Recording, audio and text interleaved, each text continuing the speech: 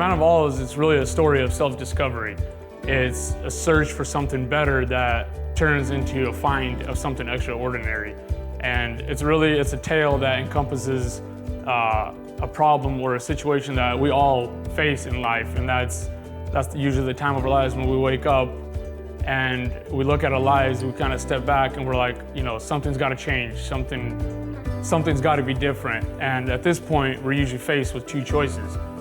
We either do something about it, we go seek something better, we search, we claw, and we scratch for something different, or we decide to completely give up hope, let go of our dreams, and then spend the rest of our life just justifying our decision.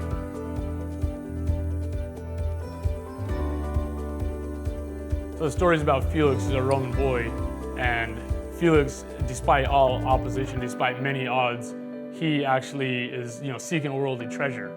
And when he's faced with this breaking point, like we spoke about, he decides it's too much and he decides to bail. So at the time of his life where everything seemingly comes to a halt, it's actually the beginning of his journey. And on this journey, he meets a man and he discovers these principles, these golden principles to an extraordinary life. And it's from these principles that he begins to start seeing a transformation in himself, and he turns them into declarations that he speaks over his life and begins to start making the changes.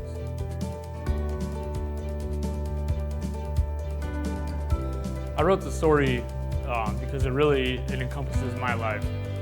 It's a lot of my own insecurities, it's a lot of my failures, it's a lot of my fears, it's a lot of my doubts, it's a lot of things that I faced and struggled with, and these are the things that pushed me into seeking something better. These are the things that created such a burning desire to find something different, that it pushed me out of that funk that I was in, and it pushed me to seek something better. And my hope is that every reader finds a little bit of themselves in this story, and in this boy's, in all the things that he's facing, all his fears and his failures and his thoughts and his just self-destructive ideas about himself.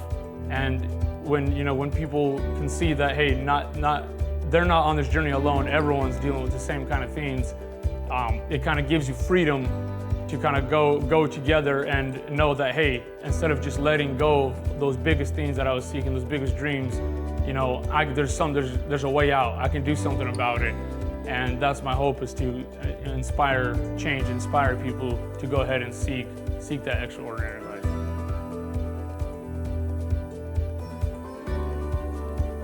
Well, I want people to realize the importance of listening to their heart. I want people to think about, that time at night when, you're no longer on your phone, you're no longer talking to you, there's no more people around you, and you're by yourself staring at your ceiling. That feeling of, like there's got to be something more. I want people to not suppress that feeling. I want people to listen to that still small voice, and I want people to learn about these principles that lead about to an extraordinary life. And most importantly, I just want people to follow their dreams.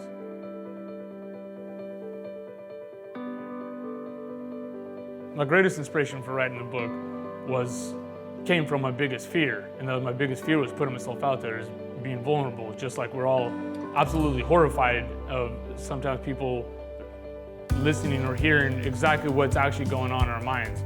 And it was that biggest fear was actually my biggest suppression in life, and that suppression actually turned into my biggest driver. That turned into my biggest desire to break through it, my biggest desire to do something about it. And with that came the decision of either I go for my dreams, or I'm going to give up on everything else. And you're always going to be, if you're going to be guided by your fears, you're always going to be steered away from those things that you're going for. And that's a lesson that anybody can take. That's a lesson that anybody can relate to, because just at the peak of your greatest achievement, or just before you step out for to grasp for that greatest, or to grasp for that biggest dream, is when your biggest fear steps in and blocks you from it, and you got to fight through it.